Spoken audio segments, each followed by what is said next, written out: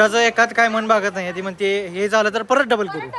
इकडं आल्यावरती सर्वात प्रथम आपण रेल्वे गेली आणि आता आपण ही आकाशी राईड करतो. पाळण्यात 4चीच कॅपॅसिटी होती आणि आम्ही सगळेजण 4च्या वरती होतो. फायनली पाळण्यामध्ये आल्यावरती सगळ्यांचे चेहरे एकदम हसून खुलून एकदम खुलून झालेले. सगळे बसले. श्रद्धाचं म्हणणं आहे का पाळण्यामध्ये बसल्यावरती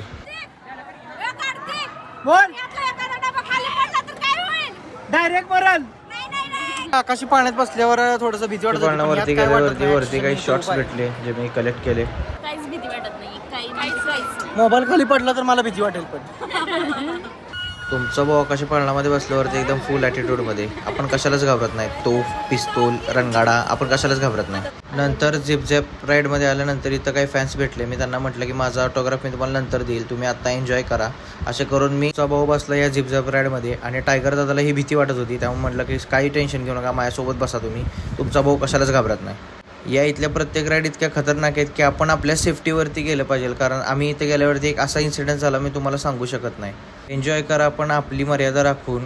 कोणाचा जीव गमवायला लागेल असं काही करू नका. काय झालं काय आयशे? मला याद पाहिजे, मला याद पाहिजे. याला म्हणतात पैसे देऊन जिरवणे. पाटीस